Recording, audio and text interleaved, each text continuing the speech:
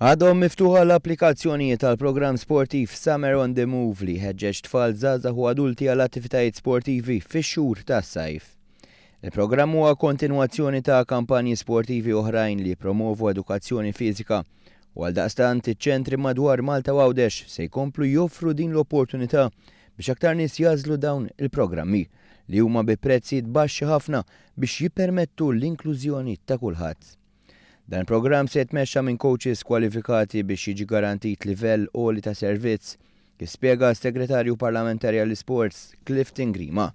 Biżiet ngħidlek illi għandna mal-250 coach kwalifikat u għandna wkoll 55 disċiplina differenti.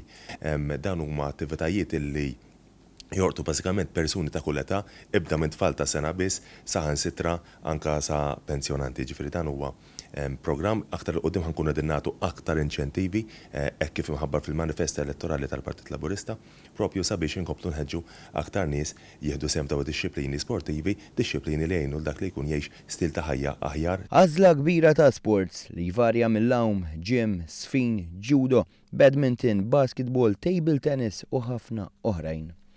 Interessanti huwa l-istil tal-programm li mhux biss huwa adattat għat-tfal iżda anke l-persuni f'età avvanzata.